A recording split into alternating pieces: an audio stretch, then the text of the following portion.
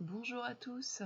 Alors aujourd'hui ça va être une petite vidéo pour continuer sur la mise en forme. Donc on va reprendre le même document, c'est-à-dire mise en forme 1, et on va découvrir les boutons gras et italiques. Donc vous allez voir, c'est très simple puisque c'est exactement la même chose que le souligné.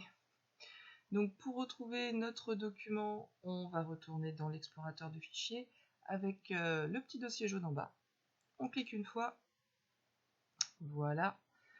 Normalement il est toujours dans document et hop, mise en forme 1 ici. Voilà, je continue de grossir pour que vous voyez bien le texte.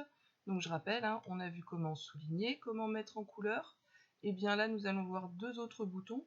C'est le bouton gras qu'on retrouve ici et le bouton italique qui est juste à côté. Alors, nous allons mettre en gras le mot bientôt.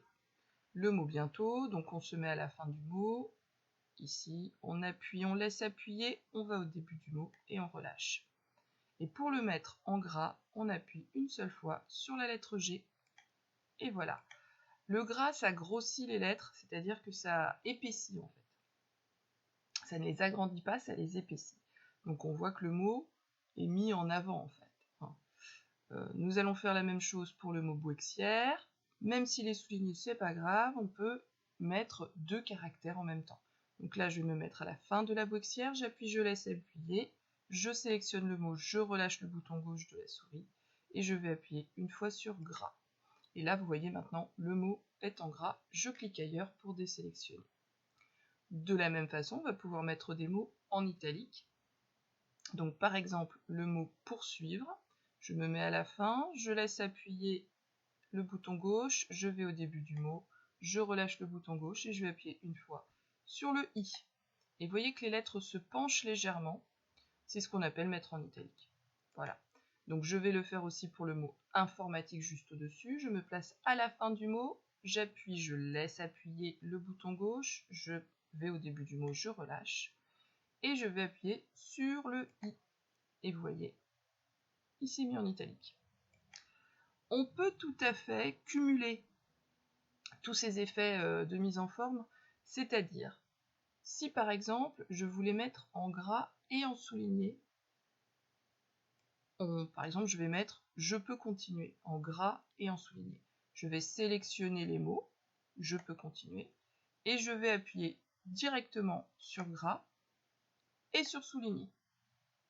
Et vous voyez, je clique ailleurs, les deux caractéristiques ont été appliquées au groupe de mots. Voilà, donc on peut tout à fait, une fois qu'on a sélectionné quelque chose, donc là maintenant je pourrais revenir, je vais sélectionner ce groupe de mots, et je peux lui appliquer une couleur, donc là je vais le mettre en bleu, il est toujours sélectionné, vous voyez il est toujours en bleu, donc là je vais mettre du gras, de l'italique et du souligné. Comme ça j'ai appliqué tout ce qu'on a vu depuis le début pour l'instant. Voilà, donc c'était une vidéo très courte pour aujourd'hui. La prochaine fois que je ferai une petite vidéo, nous aborderons la taille et la forme des lettres et sans doute aussi le placement, c'est-à-dire aligné à gauche, centré, aligné à droite. Voilà, je vous souhaite une très bonne journée et puis à bientôt dans une petite vidéo. Au revoir.